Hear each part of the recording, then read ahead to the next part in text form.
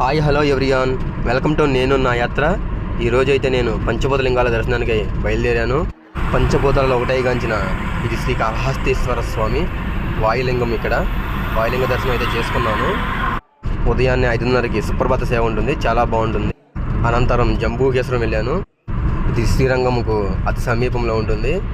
జలలింగం ఇక్కడ స్వామివారి యొక్క దివ్య దర్శనం అత్యంత వైభవంగా జరిగింది.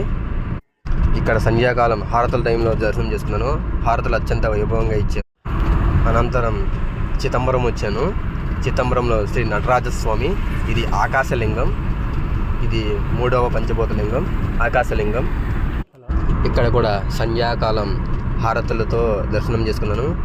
ఒక ఏనుగు వచ్చి స్వామివారికి హారతులు ఇచ్చింది. చాలా వైభవంగా జరిగింది.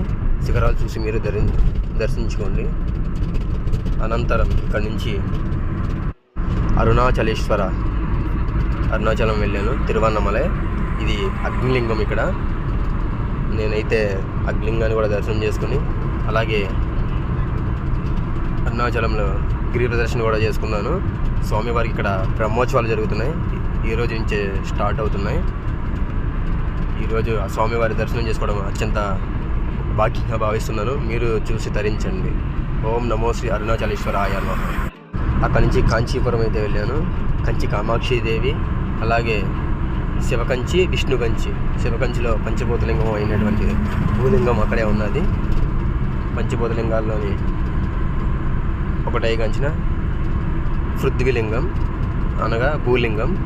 ఆ స్వామివారిని కూడా దర్శనం చేసుకున్నాను.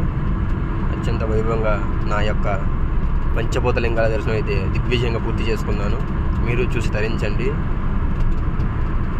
సర్వే జనా సుఖినో భవంతు. పునఃదర్శన ప్రాప్తిరస్తు. కృష్ణం ముందే జగద్గురు.